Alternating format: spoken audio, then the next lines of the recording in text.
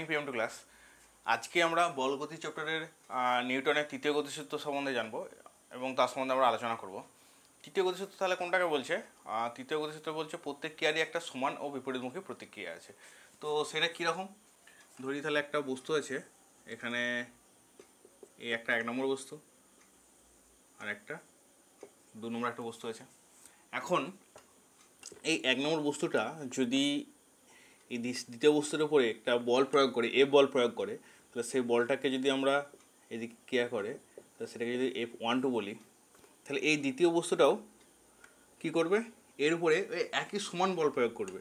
তাহলে সেটা করবে এই দিকে, সেটা হচ্ছে F21। তাহলে এখানে আমরা বলতে পারছি যে F12 = F21, এটা একটা মাইনাস থাকবে। তাহলে এইটাকে যদি আমরা ক্রিয়া বল বলি, এটা হবে প্রতিক্রিয়া। আর এই ঋণাত্মক চিহ্নটা কী করবে? ঋণাত্মক চিহ্নটা এই বলটা যেদিকে কাজ করবে, এই ঋণাত্মক চিহ্নটা তার বিপরীত দিকে কাজ করার অভিমুখটাকে বোঝাবে। তাহলে এইটা এবং ক্রিয়া এবং প্রতিক্রিয়া সমান বল, কিন্তু এদের অভিমুখগুলো হচ্ছে বিপরীত দিকে। তাহলে দুটো বস্তুর মধ্যে এটা কাজ করছে, একটা যদি এই দিকে কাজ করে, অপরটা এই দিকে কাজ করবে। দুটো বস্তুর মধ্যেই এরা কাজ করবে। ক্রিয়া প্রতিক্রিয়া, যেটার উপরে ক্রিয়া করবে তার অপোজিট বস্তুর উপরে কী করবে, প্রতিক্রিয়াটা কাজ করবে, কিন্তু বিপরীত মুখে। ফলে নিউটনের গতিসূত্র কি বলছে? যে নিউটনের গতিসূত্র যেটা আছে সেটা এই মহাবিশ্বের যে কোনো দুটো বস্তুর মধ্যে কাজ করবে। সেই বস্তুরও কী হচ্ছে, স্থির থাকতে পারে, গতিশীল থাকতে পারে। তাহলে এই মহাজাগতিক যে কোনো দুটো বস্তুর মধ্যে এটা কাজ করবে, নিউটনের এই তৃতীয় গতিসূত্রটা। এবং যখন এই কাজটা করবে তখন কি হবে, এই কাজটা করার জন্য এই দুটো বস্তুটি কী হয়, পরস্পরের সংস্পর্শে থাকতে পারে, আবার নাও থাকতে পারে। পরস্পরের সংস্পর্শে যখন কখন থাকবে না, ধরি এই পৃথিবী আমাদের যেমন আছে, পৃথিবী কি হচ্ছে, এটা সূর্য। তাহলে এটা কি করছে, এইভাবে ঘুরছে আমাদের আর্থ সানের চারদিকে। তো এদের মধ্যে কি হচ্ছে, এর কেন্দ্র বরাবর সূর্য কি করছে, পৃথিবীকে নিজের কেন্দ্রের দিকে আকর্ষণ করছে, আর পৃথিবী কি করছে, সূর্যকে নিজের কেন্দ্রের দিকে আকর্ষণ করছে। তাহলে কি হচ্ছে, এই বলটা সমান, কিন্তু যেটার ভর বেশি সেটা কি হচ্ছে, সেটা স্থির হয়ে আছে, আর যেটা ভর কম সেটা কি হচ্ছে, এই চারপাশে ঘুরে বেড়াচ্ছে। তেমন কি আমাদের যেমন দেখতে পাই, যদি একটা পৃথিবীর দিকে আমরা একটা উপর দিকে ঢিল ছুঁড়ে দিই, কি একটা কোনো বস্তুকে ছুঁড়ে দিই, তাহলে কি হচ্ছে, সেই বস্তুটাকে কী হচ্ছে, সেই বস্তুটা কেউ পৃথিবী যতটা বলে আকর্ষণ করছে, সেই বস্তুটাও কী করছে, পৃথিবীকে সেই একই বলে আকর্ষণ করছে। কিন্তু যেহেতু পৃথিবীর ভর ওই বস্তুটার ভরের চেয়ে কয়েক লক্ষ কোটি গুণ বেশি, সেই জন্য কী হচ্ছে, ওই বস্তুটা পৃথিবীর দিকে নিচে ফিরে আসে। তাহলে এই ক্রিয়া প্রতিক্রিয়া বল কি যুগ্মভাবে কাজ করতে পারে, মানে যুগ্মভাবে কাজ করে। যখনই ক্রিয়া কাজ করবে তখনই প্রতিক্রিয়া আসবে, ক্রিয়া যদি না থাকে প্রতিক্রিয়াও থাকবে না। তাহলে ক্রিয়া যতক্ষণ কাজ করবে প্রতিক্রিয়াও ততক্ষণই থাকবে, মানে ক্রিয়া যতক্ষণ অস্তিত্ব থাকবে প্রতিক্রিয়া ততক্ষণই থাকবে। আর এই ক্রিয়া প্রতিক্রিয়া দুটো ভিন্ন বস্তুর উপর কাজ করে, একই বস্তুর উপরে কিন্তু ক্রিয়া প্রতিক্রিয়া একসাথে কাজ করতে পারবে না। এখন যদি আমরা এই ক্রিয়া প্রতিক্রিয়া কয়েকটা উদাহরণ দেখি, উদাহরণগুলো আমরা কী বলতে পারি, যেমন নৌকা থেকে ঝাঁপ দেওয়া। তো নৌকা যখন ঝাঁপ দিচ্ছি তখন কী হচ্ছে, নৌকা থেকে আমরা পা দিয়ে বল প্রয়োগ করছি, দিয়ে আমরা ডাঙাতে লাফিয়ে যাচ্ছি। যে বলটা প্রয়োগ করছি তার প্রতিক্রিয়া বলার জন্য নৌকা কী করছে, আমাদেরকে একটা যে বলটা ক্রিয়া করছে তার প্রতিক্রিয়া বলার জন্য নৌকা কী হচ্ছে, আমাদেরকে একটা প্রতিক্রিয়া বল দিচ্ছে, যেটা কী হচ্ছে, আমাদের ডাঙাতে পৌঁছতে সাহায্য করছে। আর নৌকাটাও কী হচ্ছে, তখন একটু পিছিয়ে দিকে পিছিয়ে যাচ্ছে। এছাড়া কী হয়, যখন বন্দুকে যখন গুলি ছোড়া হয় তখন কী হয়, বন্দুকে গুলি ছোড়ে যে বন্দুকধারী থাকে, মানে যে বন্দুক ধরে থাকে, সে কী হয়, পেছনে গিয়ে একটা ব্যাকফোর্স মানে সে অনুভব করে। আর কী হচ্ছে, রকেট যখন উঠছে, রকেটে কী হচ্ছে, জ্বালানিতে আগুন জ্বালিয়ে দেওয়া হচ্ছে। তখন কী হচ্ছে, এটা কী হচ্ছে, এখানে যেটা থাকে সেটাকে উচ্চ চাপে এই গ্যাসটা দহন হতে থাকে, এবং যখন বেরিয়ে আসে একটা ছোট্ট ছিদ্র দিয়ে এটা বেরিয়ে আসে, যার ফলে কি একটা বিশাল বড় প্রেশার সৃষ্টি হয়। প্রেশার সৃষ্টি হওয়ার জন্য কী করছে, সেটা বিপরীত, সেই যে যেটা কি নিচে দিকে, সেই প্রেশারটা নিচে দিকে ক্রিয়া করছে, তার প্রতিক্রিয়া ধরুন কী হচ্ছে, রকেটটা আস্তে আস্তে উপর দিকে উঠে যাচ্ছে। যেহেতু উচ্চ চাপে দহন হচ্ছে, তার একটা বিশাল বড় যখন সেটা ফোর্সে বেরিয়ে আসছে, ছোটো একটা ছিদ্র দিয়ে কী হচ্ছে, ফোর্সে সেই দহনের কী হচ্ছে, আগুনের জ্বালানিটা যখন দহন হচ্ছে সেটা বেরিয়ে আসছে, তার প্রতিক্রিয়া ধরুন কী হচ্ছে, রকেটটা উপর দিকে উঠে যাচ্ছে। এটা হচ্ছে ক্রিয়া প্রতিক্রিয়ার একটা ভালো উদাহরণ। আমরা যখন পা দিয়ে হাঁটছি তখন কী হচ্ছে, ধরি এইভাবে একটা বল প্রয়োগ করছি, আমরা ত্রিজ্যভাবে একটা বল F প্রয়োগ করছি, এর একটা প্রতিক্রিয়া বল আর কাজ করছে, যেটা দুটো অংশ থাকে, একটা হচ্ছে RY আর একটা হচ্ছে RX। এই RX বলটা আমাদেরকে সামনের দিকে এগিয়ে যেতে সাহায্য করে। এছাড়া কী থাকছে, যেমন এই যে বললাম পৃথিবী এবং সূর্যের যে আকর্ষণ বল, এটা একটা ক্রিয়া প্রতিক্রিয়া বলের উদাহরণ। আর যেটা থাকছে, বাগানে আমরা অনেক সময় জল দেওয়ার জন্য কি দেখেছি, যে একটা গোল চাকরির মতো দেখেছি। তারা এই 4টে জায়গায় কি হয়, একটা এরকম সরু নলের মতো দেওয়া থাকে। এখানে একটা দেওয়া থাকে, এখানে একটা দেওয়া থাকে, এখানে একটা দেওয়া থাকে, এবার সরু নলের মতো দেওয়া থাকে। তো যখন জল আসে ফোর্সে, তখন কি হচ্ছে, এখান থেকে ফোয়ারার মতো জল বের হয়, যার ফলে কী হচ্ছে, এদিকে ফোয়ারার মতো যখন জলটা বেরিয়ে যাচ্ছে, তখন এইদিকে সে ক্রিয়া করছে, তার ব্যাক ফোর্স মানে এটা ক্রিয়া করছে, তার প্রতিক্রিয়া বলটা কোন দিকে কাজ করছে, এইদিকে, এক্ষেত্রে এইদিকে কাজ করছে, এক্ষেত্রে এইদিকে কাজ করছে, এক্ষেত্রে এইদিকে কাজ করছে। তার ফলে কী হচ্ছে, এটা ঘুরতে থাকে। তখন কি দেখেছি, যখন এটা যখন ফোয়ারার মতো জল আসে, এটা জলটা যখন দূরে যায়, তখন কি আবার এটা সাইড দিকে ঘুরে যায়। তার ফলে কি পুরো বাগানটা অনেকটা এরিয়া জুড়ে এটা জলটা চারদিকে ছড়িয়ে পড়ে আর কি। এখন যদি এই ক্রিয়া প্রতিক্রিয়া বলের মান সমান কিনা পরীক্ষা করতে হয়, তার একটা ভালো একটা বাস্তব পরীক্ষা আছে। যারা আমাকে কী করতে হবে, দুটো স্প্রিংকলার যন্ত্র নিতে হবে। স্প্রিংকলার যন্ত্রে কী করবো, একটা এই দেয়ালের সাথে আটকে দেবো, আরেকটাকে নিজেকে ধরে টানতে হবে। তাহলে একটা স্প্রিংকলার যন্ত্র দেয়ালে আটকে থাকবে, দুটো মুখোমুখি স্প্রিংকলার যন্ত্র আটকে থাকবে, এবং আরেকটা কী হবে, অপর দিকে আমি বল প্রয়োগ করবো। তাহলে অপর দিকে বল প্রয়োগ করলে কী হবে, কি যে প্রথম যেটা আমার হাতের কাছে আছে, সেই স্প্রিংকলার যন্ত্রে যে পার্ট উঠছে দেখতে পাবো, অন্যদিকে যে দেয়ালের সাথে যেটা কানেক্টেড আছে, সেই স্প্রিংকলার যন্ত্রে কী হচ্ছে, একই পার্ট উঠছে। তাহলে দেখবো যে এটাই যত প্রথমটাতে আমার হাতের কাছে যেটা থাকছে সেটা যত পার্ট উঠবে, দ্বিতীয় যেটা দেয়ালের সাথে আটকে আছে সেটাতে সেই ঠিক একই পার্ট উঠবে। তাহলে আমরা বলতে পারি যে এটা আমি যখন টানছি, যে ক্রিয়াটা করছি, তার প্রতিক্রিয়া বলে যখন দেয়াল থেকে যে প্রতিক্রিয়া বলটা আসছে, সেই দুটো বলের মান কী হচ্ছে, একই হচ্ছে। এখন বল, এই যে বল কাজ করছে, বলকে আমরা কয়েকটা ভাগে ভাগ করতে পারি। একটা হচ্ছে কি স্পর্শজনিত বল, একটা হচ্ছে ক্ষেত্রজনিত বল, আর একটা হচ্ছে নিউক্লিয় বল। এক নম্বর কী হচ্ছে স্পর্শজনিত বল, ক্ষেত্রজনিত বল,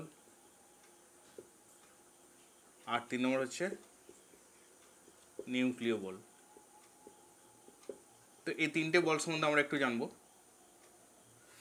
স্পর্শজনিত বল মানে যখন দুটো বস্তু পরস্পরের সংস্পর্শে আছে, তখন তাদের মধ্যে যে বল ক্রিয়া প্রতিক্রিয়া করছে, সেটাকে বলছে স্পর্শজনিত বল। সেটা আমরা কী বলতে পারি, টান, ধাক্কা, আর কি বলতে পারি, লম্ব প্রতিক্রিয়া বল,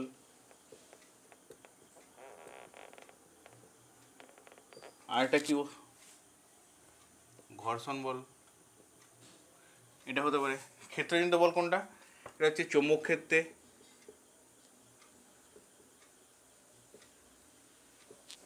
যে বলটা কাজ করে, একটা কি কাজ করে, একটা আকর্ষণ বল কাজ করে, একটা বিকর্ষণ বল কাজ করে। আর একটা হচ্ছে তড়িৎ ক্ষেত্রের আকর্ষণ বিকর্ষণ বল, মানে পজিটিভ আয়নগুলো পরস্পরকে বিকর্ষণ করে এবং পজিটিভ নেগেটিভ পরস্পরকে আকর্ষণ করে। আর নিউক্লিয় বল হচ্ছে কি নিউক্লিয়াসের মধ্যে যে বলটা কাজ করছে সেটাকে বলা হচ্ছে নিউক্লিয় বল। তাহলে স্পর্শজনিত বল কোনটাকে বলছে, যেটাদের মধ্যে দুটো বস্তুর মধ্যে পরস্পর সংস্পর্শ থাকছে। তাহলে এখন আমরা জানবো টান কোনটাকে বলছে। ধরি একটা বস্তু আছে, এর একটা হুক আছে, হুক থেকে কি হচ্ছে, একটা আমি সুতোর সাহায্যে একটা এম ভরের বস্তুকে ঝুলিয়ে দিলাম। তাহলে এটা নিচে দিকে কোনো কাজ করছে কি, এম আর জি কাজ করছে। তো যেহেতু এটা নিচে দিকে বল একটা কাজ করছে, তাহলে সূত্রের মধ্যে এই দিকে কাজ করছে এম জি বলটা কাজ করছে, কিন্তু উপর দিকে একটা কী বল করছে, টান কাজ করছে। যে কাজের জন্য কী হচ্ছে, সুতোটা টান টান অবস্থায় থাকে। তাহলে এর নিচে দিকে এমজি বল কাজ করছে, এর নিচে দিকে এমজি বলের সমান সমান একটা কী বল কাজ করছে, টি, যেটা হচ্ছে টান। তাহলে এখানে বলতে পারি টি সমান এমজি। তাহলে এইটাকে বলছে টান। যে ক্রিয়া প্রতিক্রিয়া বল কোনো জড় মাধ্যমের সাহায্যে প্রযুক্ত হয়ে দুটো বস্তুকে পরস্পরের কাছের দিকে আনতে চায়, মানে এটা এখানে আটকে আছে, তো এটা কী করছে, টেনে ধরে আছে, বা পরস্পর থেকে কি দূরে সরে যেতে বাধা দিচ্ছে। তাহলে কিংবা যদি একটা টেবিলের মধ্যে একটা এরকম বস্তু আছে, এটা যদি সুতো দিয়ে আটকানো থাকে, এই সুতোটা আটকানো থেকে যদি এটাকে সুতো দিয়ে যদি টানা হয়, তাহলে কী হবে, এটা এদিকে সরে আসবে। এটাকে যদি এইভাবে টানিতে কী হবে, এই এম ভরের বস্তুটা কী হবে, এদিকে সরে আসবে। তাহলে যে ক্রিয়া প্রতিক্রিয়া বল কোনো জড় মাধ্যমের সাহায্যে প্রযুক্ত হয়ে বস্তুটিকে পরস্পরে কী হয়, কাছে আনতে সাহায্য করে বা পরস্পর থেকে দূরে যেতে বাধা দেয়, তাকে বলা হচ্ছে টান। ধাক্কা কাকে বলছে, ধাক্কা কী বলছে, কোনো একটা বস্তুকে ধাক্কা দেওয়া, বল প্রয়োগ করা। সেটাই কীরকম, ধরি টেবিলের একটা বস্তু আছে, যে কোনো একটা ধরনের যে কোনো একটা বস্তু আছে, আমি যদি সেটাকে হাত দিয়ে কোনো একটা বল প্রয়োগ করি, সেটা কী হবে, আমার থেকে দূরে সরে যাবে। এটাকে বলা হচ্ছে ধাক্কা। তো এই যদি একটা ডেফিনেশন বলতে হয়, তাহলে ডেফিনেশনটা কী হবে, দুটি বস্তুর পারস্পরিক ক্রিয়ার ফলে উৎপন্ন যে ক্রিয়া প্রতিক্রিয়া বল কী করছে, বস্তু দুটিকে পরস্পর থেকে কী হচ্ছে, দূরে সরিয়ে দিচ্ছে, তাকে বলা হচ্ছে ধাক্কা। এখন লম্ব প্রতিক্রিয়া বল, ধরি এটার জায়গা আছে, তো এই একটা কোনো ক্ষেত্র আছে, এই ক্ষেত্রের মধ্যে একটা কী আছে, বস্তু রাখা আছে, এম ভরে বস্তু রাখা আছে। এটা কি হচ্ছে, এর ওয়েটটা নিচে দিকে কাজ করছে, তো এটার জন্য কাজ করছে কি, এমজি কাজ করছে। তো এই এমজি বরাবর কি হচ্ছে, আরেকটা বল উপর দিয়ে কাজ করছে, সেটাকে যদি আর ধরি, তাহলে কি হচ্ছে, এটা হচ্ছে আরটা হচ্ছে লম্ব প্রতিক্রিয়া বল। এই এমজি ভরের জন্য কোনো বস্তু যখন একটা রাখা থাকছে কোনো একটা ক্ষেত্রে কোনো জায়গাতে, তো সেই জায়গাতে কি হচ্ছে, একটা বল নিচ থেকে কাজ করছে সেই ভরটার জন্য, সেটা হচ্ছে এমজি। সেই ভরের এই লম্বভাবে আরেকটা কি বল কাজ করছে, আর একে বলা হচ্ছে লম্ব প্রতিক্রিয়া বল। আর ঘর্ষণ বল কাকে বলছে, একটা টেবিলের উপর যদি একটা কোনো বই রাখা থাকে, তো এই একটা ভারী বই রাখা আছে কিংবা একটা ভারী কোনো বস্তু রাখা আছে, কি ইট রাখা আছে, তো এই ক্ষেত্র সংস্পর্শ বরাবর, মানে টেবিলের সাথে বা এই মেঝের সাথে এই সংস্পর্শ বরাবর কি হচ্ছে, এই বস্তুটাকে যদি আমি এখন টানতে চাই কিংবা ধাক্কা দিই, এদিক থেকে ধাক্কা দিই, তো কী হবে, এই সংস্পর্শ বরাবর একটা বল কাজ করবে। যে বলটা কি করবে, আমি যে বলটা এখানে কাজ করাবো, যদি টানি বা যদি এখানে ধাক্কা দিই, তার বিপরীতে কাজ করবে, সেই বলটাকে বলা হচ্ছে ঘর্ষণ বল। যদি আমাকে এখানে টানি, তাহলে আমাকে এখানে টানতে বাধা দেবে, যদি আমাকে ধাক্কা দিয়ে ঠেলে সরাতে চাই, তাহলে আমাকে ধাক্কা দিতে বাধা দেবে। এই দুটো এই বস্তুটা মেঝে বা এই বস্তুটা এবং এই মেঝে বা টেবিল যার সংস্পর্শে আছে, এই সংস্পর্শের পর এই বলটা কাজ করে, একে বলা হচ্ছে ঘর্ষণ বল। তো সংস্পর্শে থাকা দুটো বস্তুর উপরে যদি কোনো আপেক্ষিক গতির সৃষ্টি করতে চায়, তাহলে কি হবে, এই আপেক্ষিক গতির বিরুদ্ধে যে বলটা কাজ করবে তাকে কি বলা হচ্ছে, ঘর্ষণ বল। এরপরে আমরা করবো ক্ষেত্রজনিত বল। এই ক্ষেত্রজনিত বলকে কী বলা হচ্ছে, স্পর্শহীন বল। তো ক্ষেত্রজনিত বলের মধ্যে কী হচ্ছে, একটা মহাকর্ষীয় বল কাজ করছে। মহাকর্ষীয় বল কোনটা, এই মহাবিশ্বে কী হচ্ছে, সমস্ত বস্তু কী হচ্ছে, নিজের কেন্দ্রের দিকে আকর্ষণ করছে, এই বলটাকে বলা হচ্ছে মহাকর্ষীয় বল। আর চৌম্বক ক্ষেত্র বল কি, চৌম্বক ক্ষেত্রে দুটো চৌম্বককে কী হয়, পরস্পর কাছে আনলে হয় তাদের মধ্যে বিকর্ষণ হয়, যদি সমমেরু থাকে তাহলে বিকর্ষণ হবে, যদি বিষমমেরু থাকে তাহলে কী হবে, আকর্ষণ হবে, সেইটা হচ্ছে চৌম্বক ক্ষেত্রজনিত বল। আর তড়িৎ ক্ষেত্রজনিত বল, পজিটিভ আয়ন এবং পজিটিভ আয়ন থাকলে কী হবে, বিকর্ষণ করবে, পজিটিভ আয়ন এবং নেগেটিভ আয়ন থাকলে কী হবে, আকর্ষণ করবে, এটা হচ্ছে তড়িৎ ক্ষেত্রজনিত বল। এইগুলোকে বলা হচ্ছে ক্ষেত্রজনিত বল। আর নিউক্লিয় বল কোনটা, নিউক্লিয়াসের মধ্যে যে বলটা কাজ করছে, নিউক্লিয়ানের মধ্যে, নিউক্লিয়ান কোনটাকে বলছে, প্রোটন আর নিউট্রন মিলে যেটা থাকছে, সেটা হচ্ছে নিউক্লিয় বল। এটা হচ্ছে সবথেকে প্রকৃতিতে পাওয়া সবথেকে শক্তিশালী বল, এটা হচ্ছে এই যেটা নিউক্লিয় বল। রৈখিক ভরবেগ,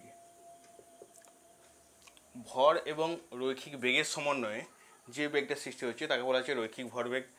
সেটা কি, যদি কোনো একটা বস্তুর ভর যদি এম হয় আর কোনো সময় বেগ যদি ভি হয়, সেক্ষেত্রে বস্তুর ভরবেগ কী হবে, রৈখিক ভরবেগ হবে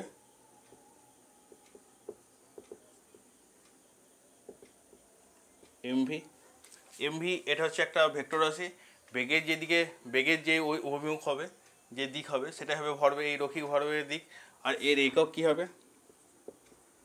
সিজিএস পদ্ধতিতে একক হবে গ্রাম সেমি পার সেকেন্ড। গ্রাম হচ্ছে ভরের আর সেমি পার সেকেন্ড হচ্ছে বেগের। আর এসআই পদ্ধতিতে এর একক হবে কি, কিলোগ্রাম মিটার পার সেকেন্ড। এটা হচ্ছে রৈখিক ভরবেগের একক। এরপর আমরা কী দেখবো, যে এই রৈখিক ভরবেগের থেকে কীভাবে আমরা দ্বিতীয় গতিসূত্রটা পেতে পারি। এবারে আমরা কী করবো, এই রৈখিক ভরবেগ থেকে আমরা নিউটনের যে দ্বিতীয় গতিসূত্রটা আছে সেটা আমরা যদি প্রতিষ্ঠা করি, তো ধরি কোনো একটা বস্তু আছে যার ভর কি হচ্ছে এম, সেটা ইউ একটা প্রাথমিক বেগে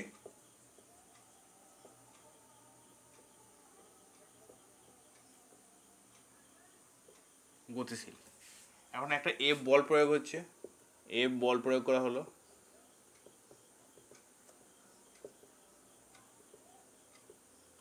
তার ফলে কি হচ্ছে, এফ বল প্রয়োগ করলে কতক্ষণ ধরে করছে? টি সময় ধরে করা হচ্ছে, টি সময় ধরে করা হলো। তাহলে এর বেগ কি হলো? ভি। তাহলে আমি প্রথমে ভরবেগ কত ছিল?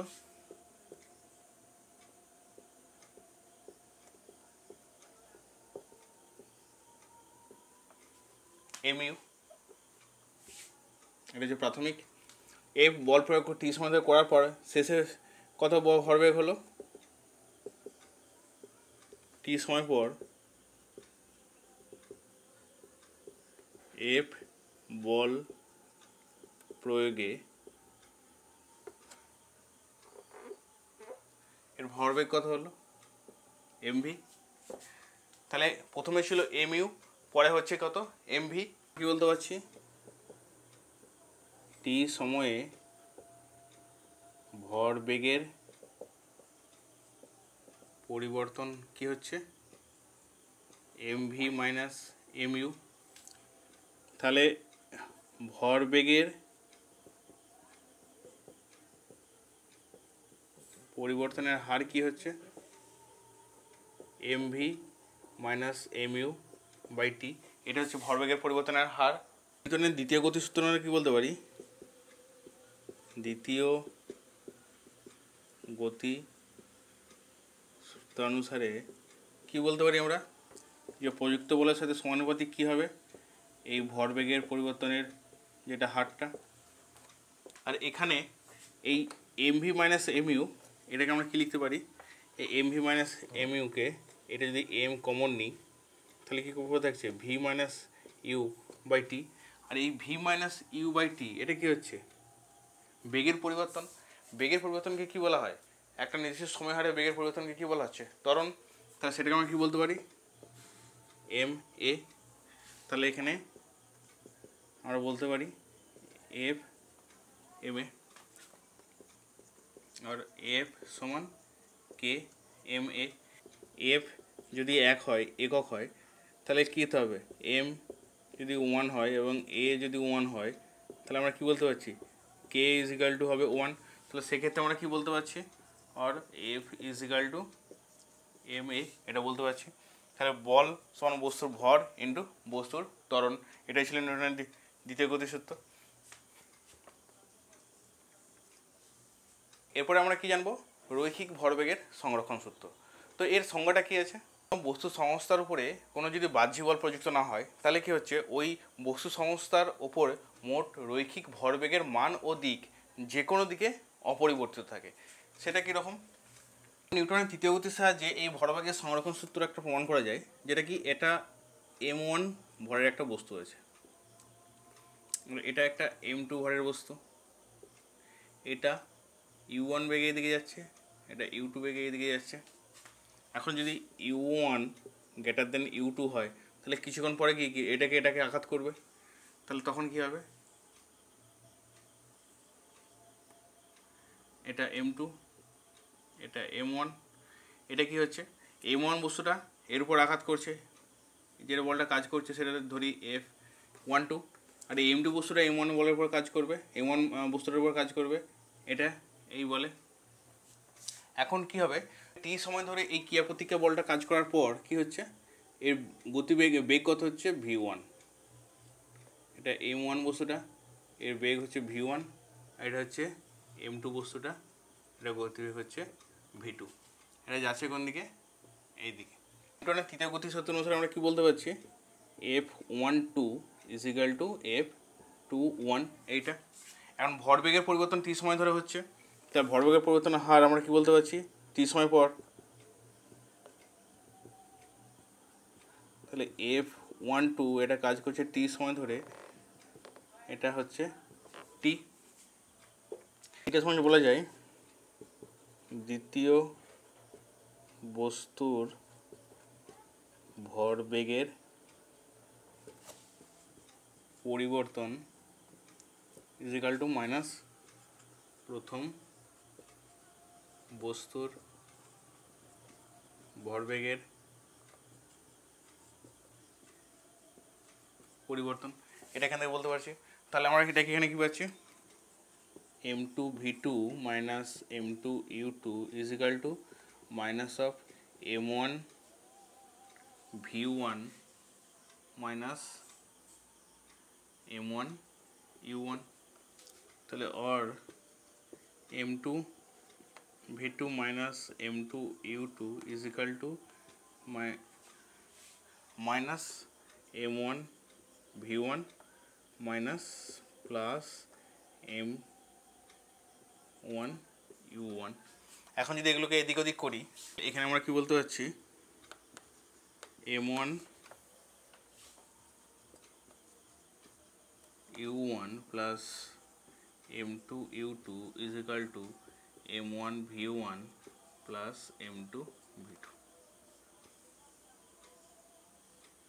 এটা হচ্ছে রৈখিক ভরবেগের সংরক্ষণ সূত্র। মানে এদের কলিশনের আগে যে ভরবেগ ছিল, কলিশনের পরেও সেই ভরবেগ থাকছে।